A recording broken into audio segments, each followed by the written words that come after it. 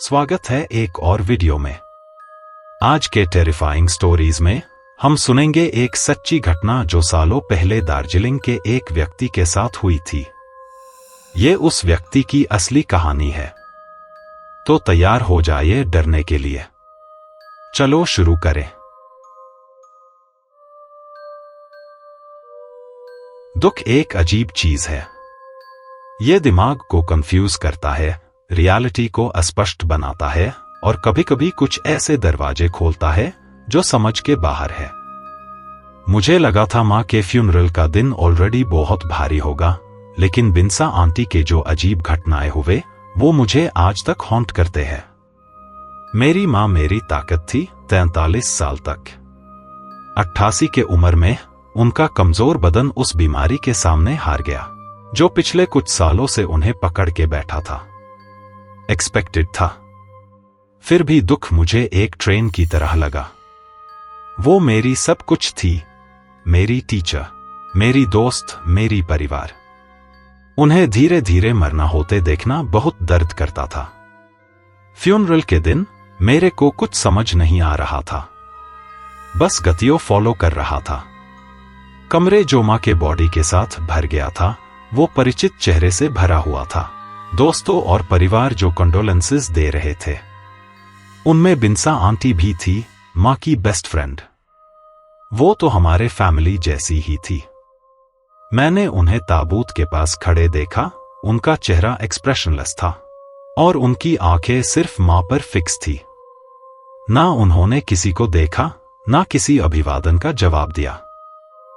जब मैं उनके पास गया और उनके कंधा पर हाथ रखा तब भी उन्होंने कोई रिएक्शन नहीं दिया। बिन्सा आंटी, मैंने धीरे से कहा, आने के लिए धन्यवाद। कोई जवाब नहीं आया। मुझे लगा वो शायद ज्यादा दुख में है। वो दोनों बचपन से ही दोस्त थे। दुख हर किसी को अलग तरीके से अफेक्ट करता है, मैंने सोचा और उन्हें वैसा ही छोड़ दिया। टाइम बीतता गया। सेरेमनी चलती रही, लेकिन बिन्सा आंटी का मौन अब बेचैन लग रहा था।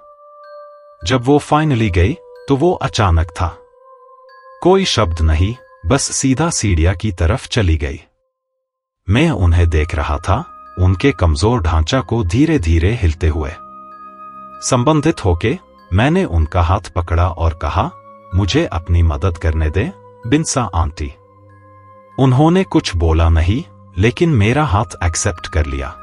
लेकिन उनका हाथ अजीब था।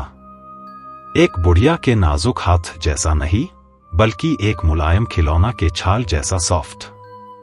गरम था, लेकिन ठीक नहीं लग रहा था। जब हम उनके गेट के पास पहुंचे, मैंने बात करने की कोशिश की। कुछ चाहिए आपको? किसी को बुलाऊं? उन्होंने मुझे देखा तक नहीं। जब वो अपने दरवाजा के पास पहुंचे, एक अजीब चीज हुई। वो रुकी, मुझे देखा और फिर उन्होंने अपने पूरी शरीर को धीरे धीरे 3 बार घुमाया। मैं फ्रीज हो गया। ये क्या देख रहा हूं? मुझे समझ नहीं आया। उनका आंदोलन फ्लूइड था, लेकिन बिल्कुल अननेचुरल, जैसे उसका कोई वजन ही ना हो। फिर बिना कुछ बोले उन्होंने अपने घर का दरवाजा खोला और अंदर चले गए। मैं वहां 1 मिनट के लिए खड़ा रहा और मैं चकरा गई। दुख, मैंने सोचा, ये मुझे कल्पना करना करवा रहा है। मैंने इसके बारे में ज्यादा नहीं सोचा और वापस फ्यूनरल सर्विस की तरफ गया। अगले दिन घर शांत था। फ्यूनरल खत्म हो चुकी थी, लेकिन कुछ देर से आने वालों रिस्पेक्ट देने आए, जिसमें बिन्सा आंटी की बेटी भी थी। मुझे अफसोस है हम कल नहीं आ पाए, उसने कहा कंडोलेंसेस देते हुए। कोई बात नहीं, मैंने कहा। एटलीस्ट बिन्सा आंटी तो आ गई थी। उसका चेहरा कंफ्यूज्ड हो गया। आप क्या कह रहे हो? मैंने कहा, आपकी मां कल यहां थी, ज्यादा टाइम तक रही। उसने दृढ़ता से कहा, यह इम्पॉसिबल है। मां तो आईसीयू में है पिछले 3 दिन से। वो अनकॉन्शियस है। नहीं, मैंने उन्हें देखा। हम सब ने देखा।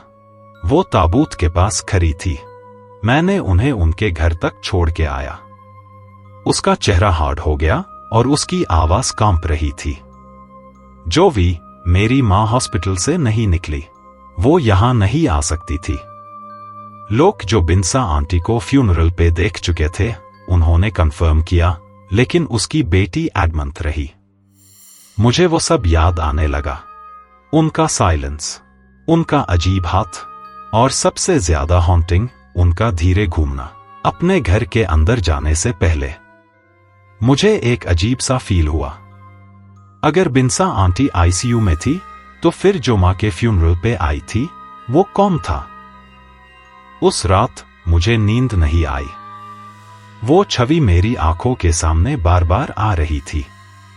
अगले दिन मैंने हिम्मत करके बिन्सा आंटी के घर जाना डिसाइड किया। घर अंधेरा था, खिड़कियां बंद थे। मैंने नॉक किया, उनका नाम लिया, लेकिन कोई जवाब नहीं आया। एक पड़ोसी जो अपने दरवाजा से झांक रहा था, उसने कंफर्म किया जो उनकी बेटी ने कहा था। बिन्सा आंटी दिनों से घर पे नहीं थी। मैं वहां खड़ा रहा। मुझे उनका साइलेंस याद आया, उनका हाथ, उनका अननेचुरल मूवमेंट। मैंने सीढ़ियां पे जो हेल्प की थी, वो क्या था? जैसे ही मैं मुड़ने ही वाला था, मुझे पर्दे के पीछे एक छाया दिखाई दिया। एक छाया जो किसी जीविका इंसान का नहीं लग रहा था।